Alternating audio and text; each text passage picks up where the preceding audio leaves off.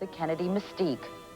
Some people enjoy a life that's sort of normal and mediocre, and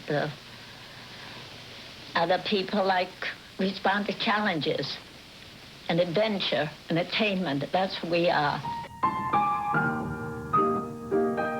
Born in Boston in 1890, Rose Elizabeth Fitzgerald was the oldest daughter of John Honey Fitzgerald, the flamboyant former congressman and mayor of Boston.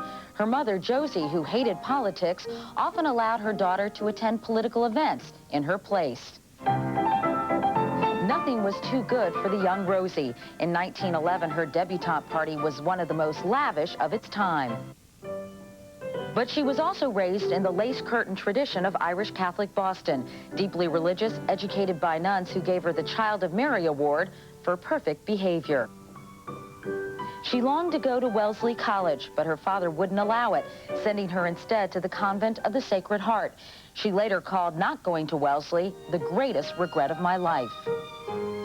At the age of 24, against her father's wishes, Rose married Joseph Patrick Kennedy and immediately began having children. Whenever I first held my newborn babe in my arms, I used to think that what I did and what I said to him would have an influence, not only on him, but on all whom he met. Not for a day, a month, or a year, but for time and for eternity. Rose gave birth to 9 children in all: Joe Jr., Jack, Rosemary, Kathleen, known as Kick, Eunice, Pat, Bobby, Jean, and Teddy. They grew up in grand style, but Rose was also a strict mother who believed in discipline and stressed the importance of public service. They should use those advantages not just to become playboys or for self-aggrandizement, but they should devote these talents to the community or the city or the state or the country. She was a relentless pedagogue. At lunch, she was constantly asking them questions about the Declaration of Independence or the Civil War or the Plymouth Rock or whatever, constantly pushing them, constantly training them. While Rose ran the large household, her husband Joe spent long periods away from the family, often flaunting his affairs, including one with actress Gloria Swanson. Rose always denied any knowledge of her husband's infidelity, but she did begin to lead a more independent life herself, often traveling to Europe without her children. I mean, she was basically an absentee mother. She was always running away from this odious husband of hers. But in running away, she's also abandoning her children. Sailing to meet a king. The high point in Rose's married life was when her husband was named ambassador to England, a rare honor for an Irish Catholic, in 1938.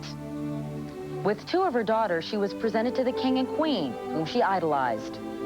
The family returned home before the Second World War, which brought the first of many tragedies to the Kennedys. Joe Jr. died flying a secret mission over England. Kathleen was also killed in a plane crash. Then in 1941, without consulting Rose, Joe Kennedy had their retarded daughter Rosemary lobotomized, then institutionalized. For the rest of her life, Rose would campaign on behalf of the mentally retarded. The 50s and 60s brought many sweet moments for Rose Kennedy and her family. It gives me great pleasure to introduce my 7th child, Robert Francis Kennedy. A lot of experience since I did it 72 years ago. Yeah, I know. I'm going to tell them you did. Well, why don't you give your own speech? See, that's it. We don't...